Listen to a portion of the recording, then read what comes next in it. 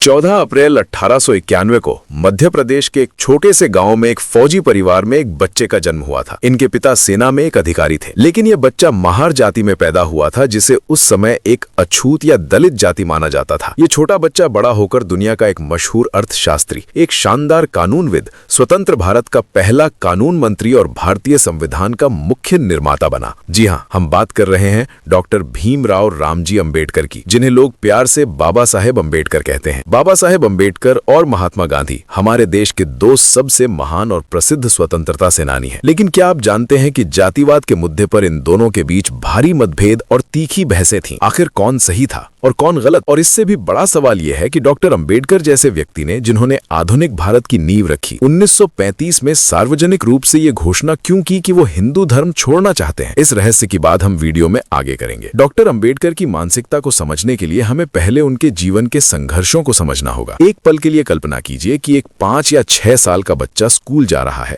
लेकिन कोई भी उससे बात नहीं करना चाहता। उनके स्कूल में वो और उनके भाई ही एकमात्र दलित छात्र थे। उन्हें स्कूल में बैठने के लिए अपने घर से खुद की बोरी लानी पड़ती थी और उन्हें क्लास के सबसे आखिरी कोने में बैठना होता था, जहां बाकी बच्चों के जूते रखे होते थे। अगर उन्हें प्यास लगती तो उन्हें स्कूल के नल से पानी पीने की इजाजत नहीं थी। उनके लिए एक अलग मटका था, लेकिन वे उसे छू भी नहीं सकते थे। स्कूल का चपरासी दूर से उनके हाथों में पानी डालता था और अगर चपरासी छुट्टी पर होता तो भीमराव और उनके भाई को पूरा दिन प्यासा ही रहना पड़ता था। यह भेदभाव सिर्फ स्कूल तक ही सीमित नहीं था। एक बार भीमराव और उनके बड़े भाई अपनी गर्मियों की छुट्टियां बिताने के लिए गोरेगांव गए। जब वे स्टेशन पर उतरे तो वे बहुत साफ सुथरे और अच्छे कपड़े पहने हुए थे। स्टेशन मास्टर ने शुरुआत में उनसे अच्छे से बात की, लेकिन जैसे ही उसे पता चला कि वे महार जाति के हैं, उसके चेहरे के भाव नफरत में बदल गए। आगे जाने के लिए जब उन्होंने बैलगाड़ी किराए पर लेनी चाहिए तो किसी भी बैलगाड़ी वाले ने उन्हें नहीं बिठाया, क्योंकि उन्हें अछूतों से अपवित्र होने का डर था। अंत में उन्हें दुगना किराया देना पड़ा और अपनी बैलगाड़ी खुद चलानी पड़ी, जबकि गाड़ीवान उनके साथ पैदल चला। छोटे भीमराव इस बात को लेकर बहुत परेशान हुए कि आखिर कोई साफ सुथरा बच्चा किसी को सिर्फ अपने छूने से अपवित्र कैसे कर सकता है। रोजाना अपमान सहने के बावजूद डॉक्टर अम्बेडकर ने समझ लिया था कि शिक्षा ही उनका सबसे बड़ा हथियार है। वे अक्सर कहते थे कि शिक्षा शेरनी के दूध की तरह होती है, जो इसे पिएगा वो उतनी ही तेजी से दहाड़ेगा। उनके स्कूल में एक सवर्ण जाति के टीचर थे, कृष्णा जी केशव अम्बेडकर, जो उन्हें बहुत पसंद करते थे और उन्होंने ही प्यार से भीमराव को अपना अम्बेडकर सरनेम दिया था। भीमराव अपनी कम्युनिटी में मैट्रिक की परीक्षा पास करने वाले पहले इंसान बने। बड़ौदा के महाराजा से स्कॉलरशिप पाकर वे न्यूयॉर्क की कोलंबिया यूनिवर्सिटी और बाद में लंदन स्कूल ऑफ इकोनॉमिक्स पढ़ने गए। डॉक्टर अम्बेडकर इतिहास के सबसे ज्यादा पढ़े लिखे भारतीयों में से एक बन गए। उनके पास 35 डिग्रियां थीं। उन्होंने अपनी पूरी जिंदगी में 3 पीएचडी की और उन्हें 9 भाषाएं आती थीं। उनकी अर्थशास्त्र, कानून, राजनीति और सोशल साइंस पर बराबर की पकड़ थी। लेकिन क्या इस विश्व स्तरीय शिक्षा ने समाज का उनके प्रति नजरिया बदला? बिल्कुल नहीं। जब डॉक्टर अम्बेडकर भारत लौटे और बड़ौदा सिविल सर्विस में एक बड़े अधिकारी के रूप में काम करने लगे, तब भी उन्हें उसी जातिवाद का सामना करना पड़ा। उनके अपने ही ऑफिस में चपरासी उन्हें छूने से बचने के लिए दूर से ही उनकी मेज पर फाइलें फेंक देते थे। उन्हें रहने के लिए कोई जगह नहीं मिली, क्योंकि होटलों ने उन्हें कमरा देने से मना कर दिया। आखिर में उन्होंने अपनी जाति छिपाकर एक पारसी गेस्ट हाउस में कमरा लिया, लेकिन जल्द ही लाठियों से लैस एक गुस्साई भीड़ को इसका पता चल गया। उन्होंने कमरा घेर लिया और शाम तक जगह खाली करने की धमकी दी। यहां तक कि जब उन्होंने मुंबई में अपना एक कंसल्टिंग बिजनेस शुरू किया तो वो भी फेल हो गया, क्योंकि जैसे ही ग्राहकों को उनकी जाति का पता चलता, वे उनका बहिष्कार कर देते थे। उन्हें यह बिल्कुल साफ हो गया था कि आप चाहे कितने भी पढ़े लिखे क्यों ना हो जाएं, एक रूढ़िवादी समाज में आपकी जाति का ठप्पा हमेशा आपके लिए अपमान ही लाएगा। इस गहरे व्यक्तिगत दर्द ने डॉक्टर अम्बेडकर के मिशन को तय किया। उनकी रणनीति बहुत ही सरल थी: शिक्षित बनो, संघर्ष करो और संगठित रहो। Educate, agitate and organise. वे सिर्फ जाति व्यवस्था में सुधार नहीं चाहते थे, वे जाति व्यवस्था का पूरी तरह से विनाश चाहते थे। उन्होंने हिंदू रूढ़िवादी मान्यताओं की कड़ी आलोचना की और 1927 में मनुस्मृति को भी जलाया, जिसमें जाति के कठोर नियम लिखे थे, जिसे आज मनुस्मृति दहन दिवस के रूप में मनाया जाता है। दूसरी ओर महात्मा गांधी एक धार्मिक हिंदू थे, जो गीता को अपनी आध्यात्मिक डिक्शनरी मानते थे। गांधी जी के शुरुआती विचार काफी रूढ़िवादी थे।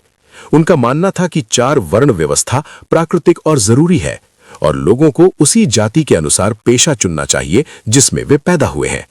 हालांकि गांधी जी छुआछूत का कड़ा विरोध करते थे और इसे एक पाप मानते थे, लेकिन वे जाति व्यवस्था के खिलाफ नहीं थे।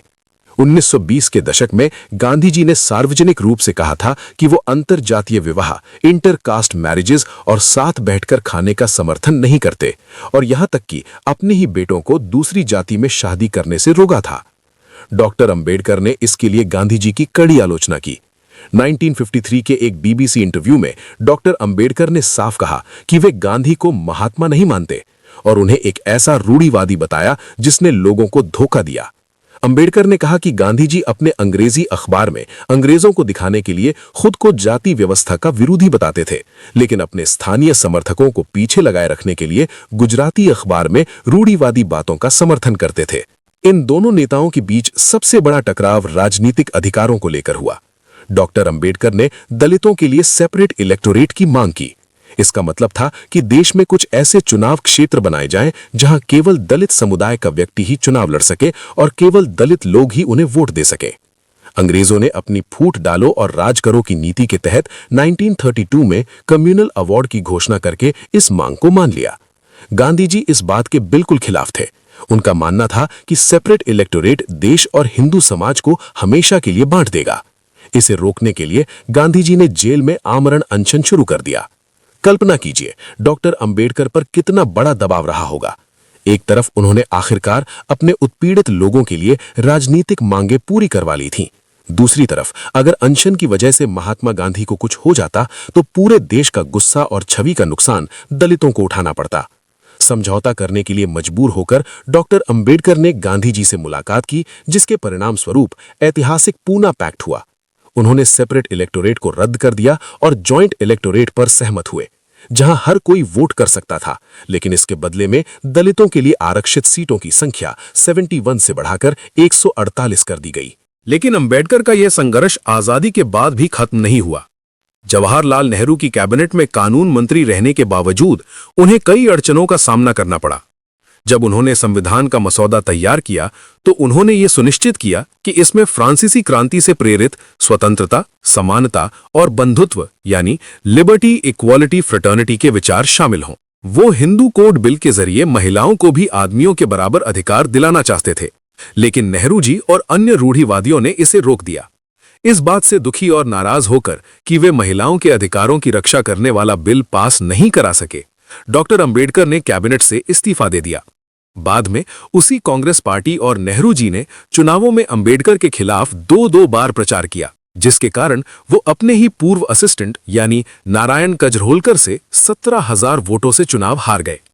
अब उस सवाल का जवाब जो मैंने शुरुआत में पूछा था, डॉक्टर अंबेडकर हिंदू धर्म क्यों छोड़ना चाहते थे? डॉक्टर अंबेडकर को एहसास हो गया था कि उनके जीवन भर के संघर्ष के बावजूद समाज की कठोर रूढ़िवादी मानसिकता अंदर से नहीं बदलने वाली। उनका दृढ़ विश्वास था कि जब तक जाति है तब तक एक बहिष्कृत वर्ग यानी आउटकास्ट हमेशा रहेगा। 1935 में धर्म छोड़ने की घोषणा करने के बाद उन्होंने कई वर्षों तक अन्य धर्मों का अध्ययन किया। शुरुआत में उनका इरादा सिख धर्म अपनाने का था, लेकिन किन्हीं कारणों से वो ऐसा नहीं कर पाए। उन्होंने इस्लाम धर्म में भी मौजूद कट्टरपंथ और गैर मुस्लिमों के प्रति भाईचारे की कमी की भी खुलकर आलोचना की थी, जो साबित करता है कि वे सच्ची समानता की बात करने वाले एक निष्पक्ष व्यक्ति थे। दोस्तों, ये एक आधा सच होगा अगर मैं आपको ये न बताऊं कि समय के साथ महात्मा गांधी के विचारों में भी बदलाव आया था। 1930 और 1940 के दशक तक गांधी जी अधिक प्रगतिशील हो गए थे। उन्होंने अंतरजातीय विवाह पर अपने पिछले विचारों को गलत माना और अंततः यहां तक कह दिया कि वे अपने आश्रम में केवल उन्हीं शादियों को अनुमति देंगे जिनमें से एक पार्टनर हरिजन या दलित हो। यही वो एक बात है जिस पर अंततः गांधी जी और डॉक्टर अंबेडकर दोनों सहमत हुए। अगर हम अपने समाज और देश को सच में एकजुट बनाना चाहते हैं तो हमें अंतरजातीय और अंतरधार्मिक विवाह यानी intercaste and inter religious marriages को बढ़ावा देना होगा।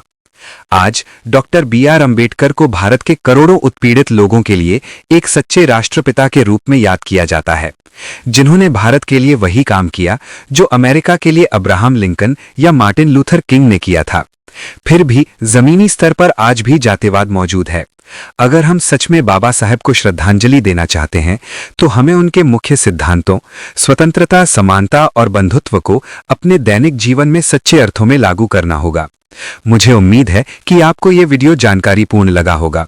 अगर आपको ये कहानी पसंद आई तो कृपया इसे अपने दोस्तों के साथ शेयर करें। इस ऐतिहासिक बहस पर अपनी राय नीचे कमेंट्स में जरूर लिखें। मिलते हैं अगले वीडियो में। बहुत बहुत धन्यवाद। जय हिंद।